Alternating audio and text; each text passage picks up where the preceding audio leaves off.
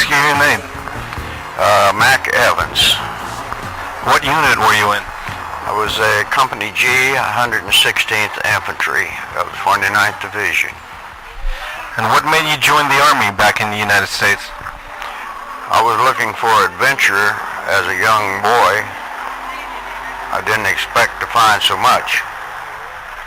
And how long did the training last for?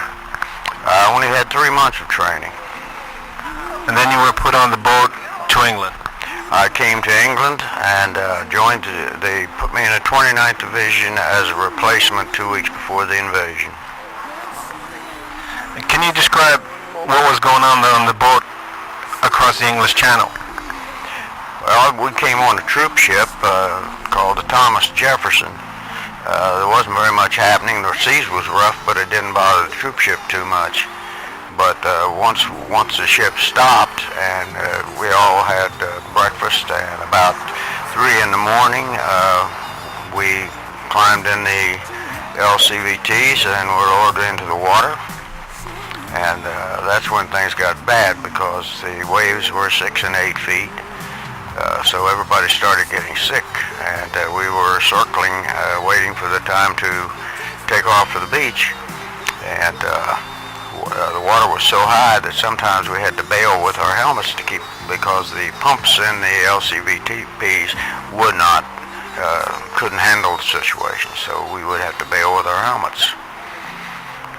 Finally, we reached a point where they told us to head for the beach, so the boats all peeled off and started heading into the beach.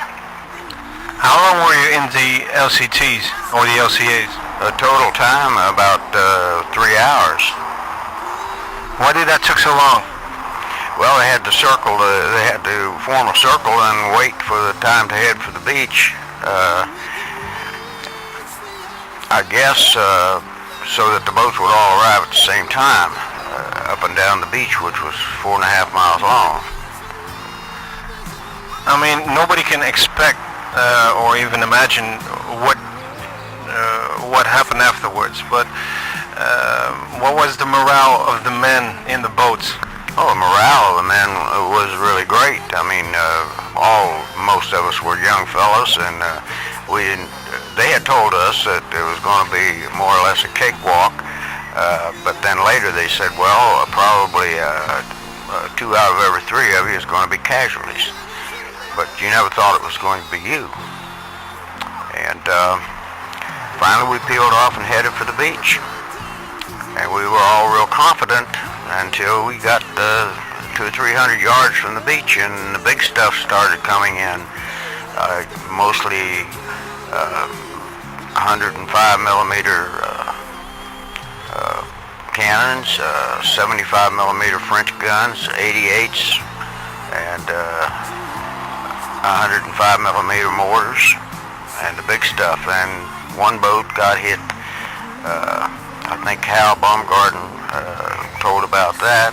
Body parts and blood and bones and ship parts was flying everywhere. Did the boat get where it was supposed to land? No, our boat was supposed to land at Dog White, but there was heavy smoke on the beach, and there was a hard tide moving to the east, which was to our left.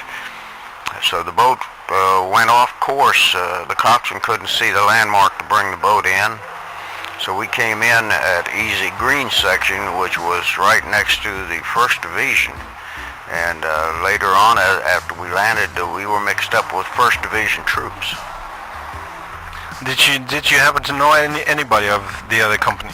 No, I only knew one man that was following me in, and he got shot and killed. He got, his whole head flew off, really. And so I didn't know too many people to start with because I'd only been with the outfit 2 weeks. But I ended up with a bunch of strangers. And it turned out to be a lieutenant from the 1st Division Engineers that took us off the beach. It was a small group of us, maybe 20, 25, I say men, I really mean boys, so young. How did you make it across the beach? Just sheer determination. I cut all my equipment off in the water because I couldn't swim and I was over my head, and I even lost my rifle. And when I ran across the beach, all I had was my clothing with about 30 pounds of water in them. And halfway across the beach, I stumbled and fell. Another fella fell beside me, but he didn't stumble. He was shot. So the machine gun bullets was hitting the sand, and they made a special sound when they hit the sand, and finally the